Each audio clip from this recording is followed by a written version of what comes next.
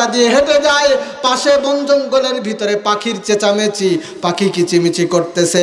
সাহাবী চিন্তা করলে এত পাখি যখন, দেখি পাখিগুলোর কিছু পাখি ধরা যায় কিনা। বাগানের ভিতরে যায় আস্তে চাদরটা মেলায় ধরছে, মেলানো চাদরের নিচে পাখির ছানাগুলো একটার পর একটা এসে জড়ো হচ্ছে। যখন অনেকগুলো পাখি চাদরের নিচে চলে আসছে, ওই সাহাবী চাদরটা মুড়াইয়া সমস্ত পাখিগুলোরে আটকায়া ফেলাইছে। পাখির ছানাগুলো যখন চাদরের নিচে আটকা পড়ে গেছে, উপর থেকে মা পাখিটা ওই লোকের মাথার উপর দিয়ে ওড়ে আসছে। যেখানে যায় সেখানে যায়, যেখানে যায় সেখানে যায়। কিছু দূর যাওয়ার পরে ওই সাহাবী চাদরটা আবার একটু আলগা করে দিছে। তখন বাচ্চার মায়া ত্যাগ করতে না পেরে জীবনের মায়াকে জলাঞ্জলি দিয়ে মা পাখিটা চাদরের ভিতরে ঢুকে যায়। খেয়াল করে এবার মা পাখি আর বাচ্চা পাখিগুলো সব চাদরে মোড়ায় আটকাইছে। পাখিগুলোরে আটকায়া সাহাবী নবীর দরজায় হাজির। চাদরের নিচে পাখিগুলো কিচিমিচি করতেছে। নবীজি বললেন, তোমার চাদরের নিচে কিসের শব্দ হয়? বলে, আল্লাহর রসুল, আমি কিছু পাখি আমার চাদরের ভিতরে আটকাইছি, কিন্তু যখন পাখি আটকাইছি মা পাখিটা আমার মাথার উপর দিয়ে ওড়ে। এক পর্যায়ে আমি যখন চাদর মেলাইছি, মা পাখিটা বাচ্চার মোহাব্বতে সেও আমার চাদরের ভিতরে ঢুকে গেছে। আল্লাহু আকবার। নবীজি বললেন, তাহলে তুমি এবার মা পাখিটা ছেড়ে দাও। ওই লোকটা মা পাখিটাকে ছেড়ে দিছে, কিন্তু বাচ্চাগুলোকে রেখে মা পাখি যায় না। মা পাখি মাথার উপর দিয়ে কাজ দিয়ে উড়াউড়ি করতেছে। নবীজি বললেন, ও আমার সাহাবীরা শোনো, সামান্য একটু দয়া পেয়ে মা পাখি তার নিজের বাঁচার রাস্তা পাওয়ার পরেও নিজের জীবনকে ঝুঁকির মুখে ফেলে বাচ্চাগুলো মুক্ত করার জন্য ছোটাছুটি করতেছে। সামান্য দয়ার অংশ পেয়ে মা পাখি যদি বাচ্চার উপরে এত দরদি হয়, ও আমার সাহাবারা শুনে রেখো, বান্দার উপর আমার আল্লাহর দয়া এর চাইতে কোটি গুণে বেশি। নবী আমার বললেন, যাও, যতক্ষণ তুমি এই বাচ্চা পাখিগুলোকে না ছাড়বে মা পাখি যাবে না।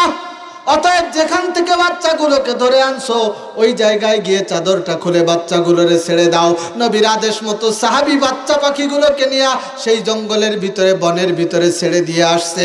আমার বাজান রে, আল্লাহর রহমতকে 100 ভাগে ভাগ করছে।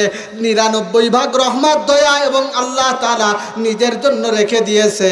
1 ভাগ গোটা কুকুল কায়নাতের সমস্ত মাখলুকের মধ্যে ভাগ করে দিয়েছে।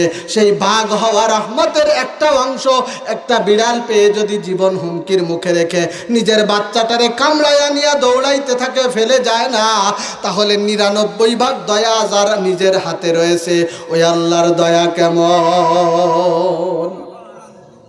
আল্লাহর দয়া আছে না নাই? আরো জোরে বলেন, আছে না নাই? এবার ওই আল্লাহ দয়ার ডাক দিয়ে কি বলে খেয়াল করেন। ইয়া ইবাদিয়াল্লাযিনা আসরাফু, মনে আছে? আল্লাহ ডাক দিয়ে বলতেছে, হে আমার বান্দারা, হে আমার কুতলা কুমিরডাঙ্গা গোলাঘাটি সামতির আমার আল্লাহর বান্দারা, তোমরা যারা পাপ করেছো, পাপ করার মাধ্যমে নিজের উপর অবিচার করেছো, লা তাকনাতু মির রাহমাতিল্লাহ, বান্দারে আমি আল্লাহর রহমত থেকে নিরাশ হইও না। আমি আল্লাহর দরবারে নৈরাশার কোনো স্থান নাই। ফিরে আয় বান্দা, ফিরে আয়, আমি আল্লাহর দরজায় ফিরে আয়। তুই যদি 100 বার তওবা করো আর তওবা ভঙ্গ করো, 101 নম্বর বারেও আবার আমি আল্লাহর দরবারে ফিরে আয়, আমি আল্লাহ 101 বারেও তোকে ক্ষমা করার জন্য প্রস্তুত আছি। লা তাকনাতু মির রাহমাতিল্লাহ, আমি আল্লাহর রহমত থেকে নিরাশ হও না। ইন্নাল্লাহা ইয়াগফিরুয যুনুবা জামিআ, কেন নিরাশ হবা না? কারণ হলো নিশ্চয়ই আল্লাহ তাআলা সব গুনাহ ক্ষমা করে দেয়। লক্ষ্য করেন, আল্লাহ পাক এখানে কয়েকটা শব্দ ব্যবহার করেছেন। 1 নম্বর হলো ইন্না। ইন্না শব্দের অর্থ হলো নিশ্চয়, নিশ্চয়। ইয়াগফিরুয যুনুবা, জামবুন মানে একটা গুনাহ, জুনুব মানে অনেক গুনাহ। আর জুনুবের শুরুতে যখন আলিফ লাম আসে তার অর্থ হলো আরো অনেক গুনাহ। আল্লাহ পাক বলতে চায় তুই যত গুনাহ করছো সব গুনাহ মাফ করব। আলিফ লামের ভিতরে সব আছে, জুনুবের ভিতরে সব আছে। আবার জামিআ শব্দ এনে আল্লাহ পাকের মেসেজ হলো আমি জুনুব দিয়ে সব গুনাহ বুঝাইছি, আমি আলিফ লাম দিয়ে সব গুনাহ বুঝাইছি। তারপরেও যদি তোর মনের কোনায় থাকে আমার অমুক অপরাধ মনে হয় ক্ষমা হবে না, আমি জামিআ শব্দ দিয়ে তোকে বুঝাই দিলাম। তুই যদি আমার কাছে তওবার মতো তওবা করতে পারো, যত গুনাহই থাকুক সব আমি আল্লাহ মাফ করে দেব। তোর যত গুনাহ আছে সব আমি মাফ করে দেব। কেন মাফ করব? ইন্নাল্লাহা ইয়াগফিরুয যুনুবা জামিআ ইন্নাহু হুয়াল গফুরুর রহিম। আমি মাফ করব কেন জানো?